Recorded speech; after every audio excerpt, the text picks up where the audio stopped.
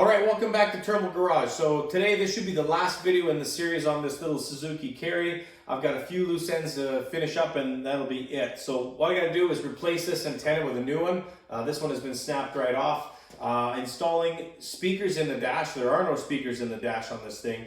The speakers are actually on the stereo itself, on the head unit, which they don't sound good. It's hard to program and everything, so I'm replacing the head unit as well.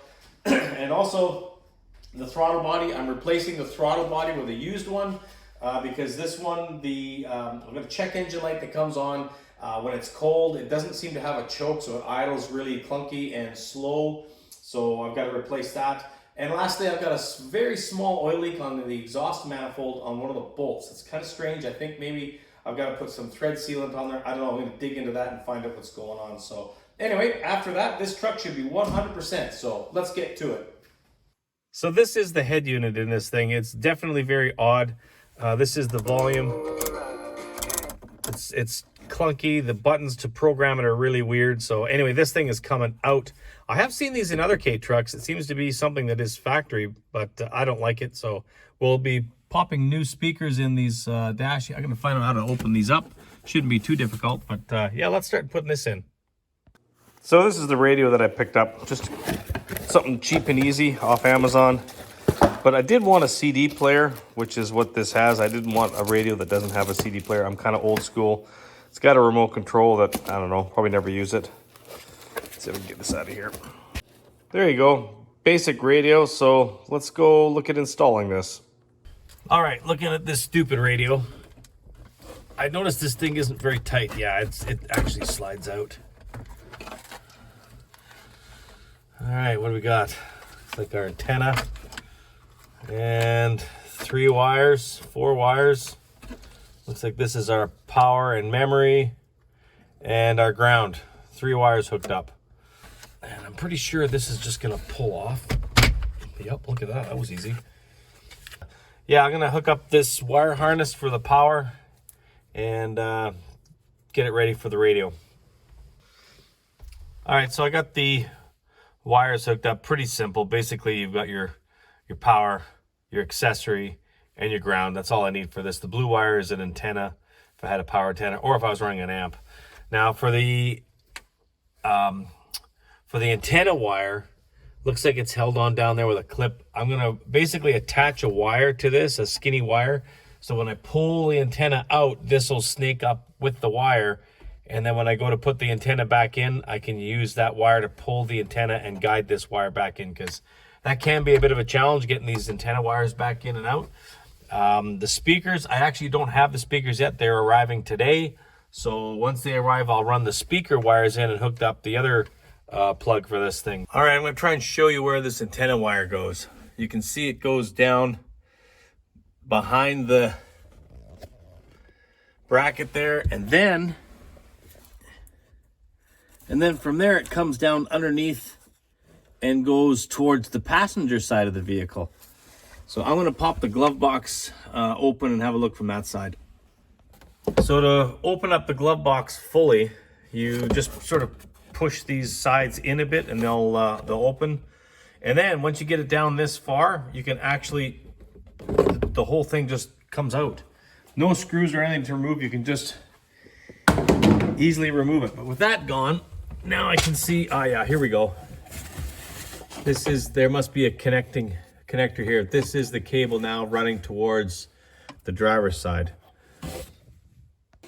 Yeah, so there you go. There's actually another, it's like an extension connector, but this now goes back towards the driver's side.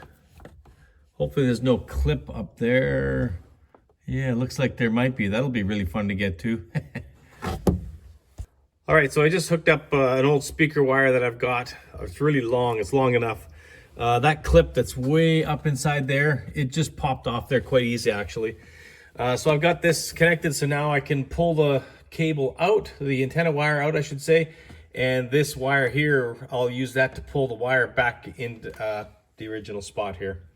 So on the outside, 2 screws for the antenna, hold it in place.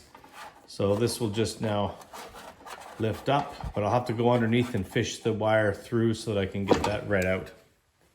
There you go, I got the speaker wire coming out the hole. So now I'll just disconnect this tape here and actually just cut the wire.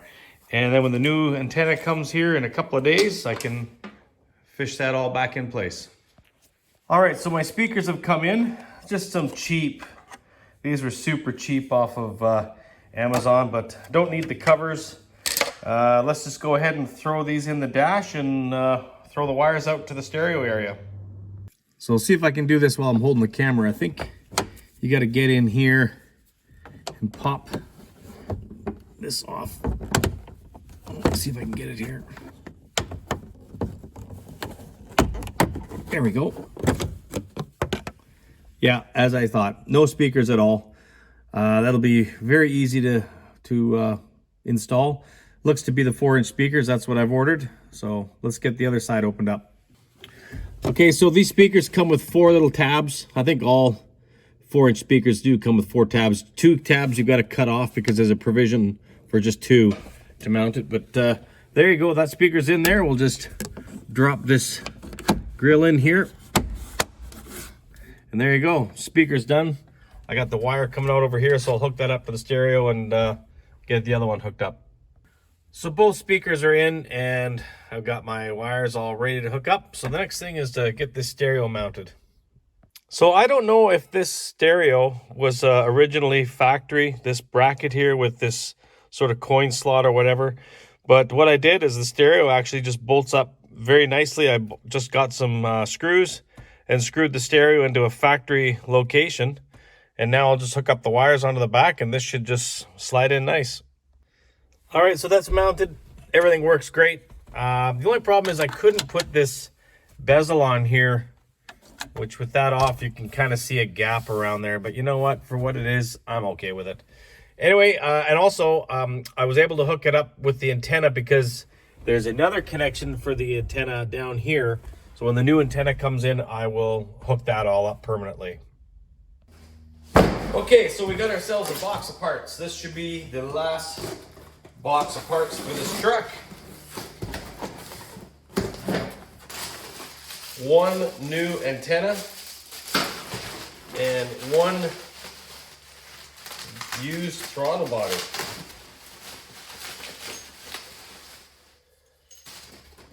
Oh, it came with the bolts.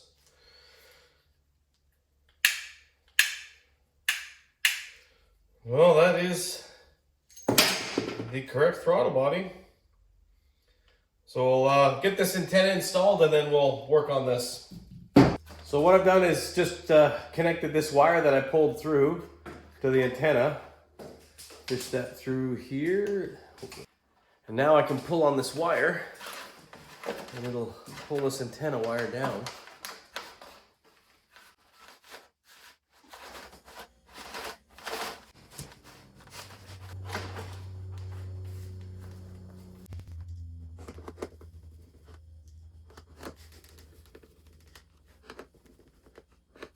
Look at that. We got an antenna again. I'll put that down for now so I can get up the garage without hitting it. So with that wire coming through, now it's just a matter of pulling this through and dragging this through over to the passenger side and connect it to that wire behind the glove box. I'm not going to do that on camera. It's going to be nearly impossible, but you get the idea.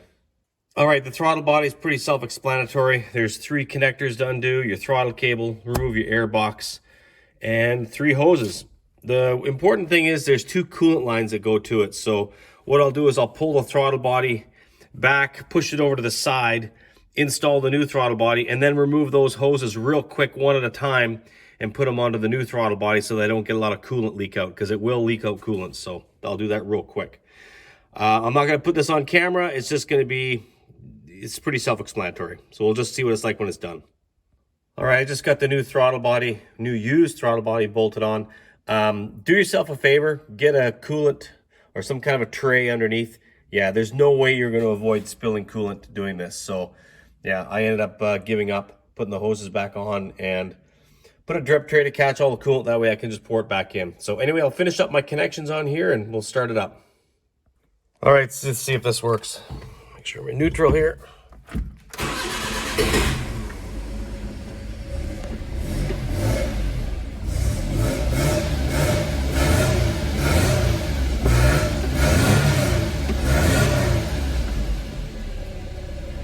Well, the check engine light is still on. That's not good. I wonder why the hell that's on.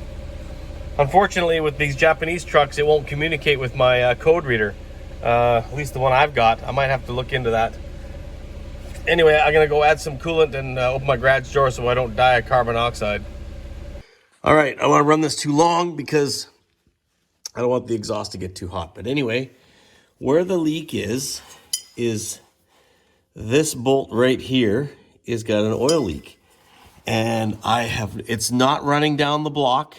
It's not running down the valve cover. They're totally dry there. It's coming out of that bolt. So what I'm going to do is remove that and put some thread locker on the threads. I'll spray some brake clean in there, degreaser, get it all cleaned up. And yeah, let it sit for a few minutes and then I'll try it again. Start it up and see if it leaks. So I got that gooped up with some thread locker. I put a lot on. You can see it actually squeezed out behind the manifold onto the gasket there. So I'm hoping that that's going to work. I'm going to let it sit for probably good 15-20 minutes, maybe even a half hour, and let that cure up. And then we'll start it up and let it run and see if this thing leaks or if that solved it. If it still leaks, I'm going to have to remove this whole manifold and run it without any exhaust. That'll be fun, and just see where the leak is coming from. But let's hope this works. I found in the glove box I had a spare knock sensor. So I thought, you know what? I'm going to unplug the knock sensor in there, plug this one in, and guess what? No more check engine light. So I'm going to change this knock sensor to the one that's in there. Now, if you remember when I put the engine together, this is not an easy thing to get to. It's underneath the intake manifold down there. So I'm going to try and change that knock sensor right now. And right there, you can see some smoke. I just took this for a long drive, and you can see a little bit of smoke because there's some residual oil in the heat shield that's smoking out. But that bolt, which normally would be dripping oil by now, is bone dry. So with that said, the oil leak is fixed.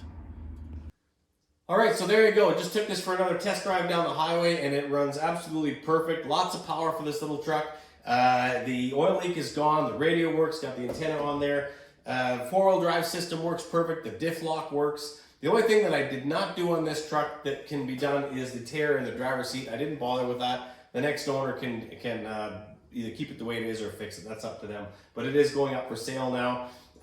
The previous owner, I know he watches my videos, and I really hope he does comment on why that knock sensor was in the glove box. I suspect that the engine had the check engine light. He got it looked at, and they said it needs a knock sensor, and he got one. But to put it in, it's not easy to put in. It's a real challenge. So I suspect that that's why it's there. Really curious. Hopefully you can comment and let me know what the deal was with that. But the check engine light is off now.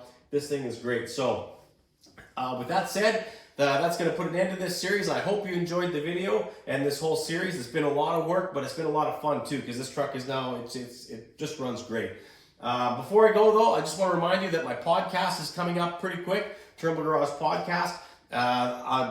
Late March is when it's going to be coming, so that's pretty soon. Looking to do a 1 video, or 1 hour show, I should say. Don't know what day of the week it's going to be, but that's coming up pretty quick. Further details to come. So yeah, thanks a lot for watching, and have yourself a great day.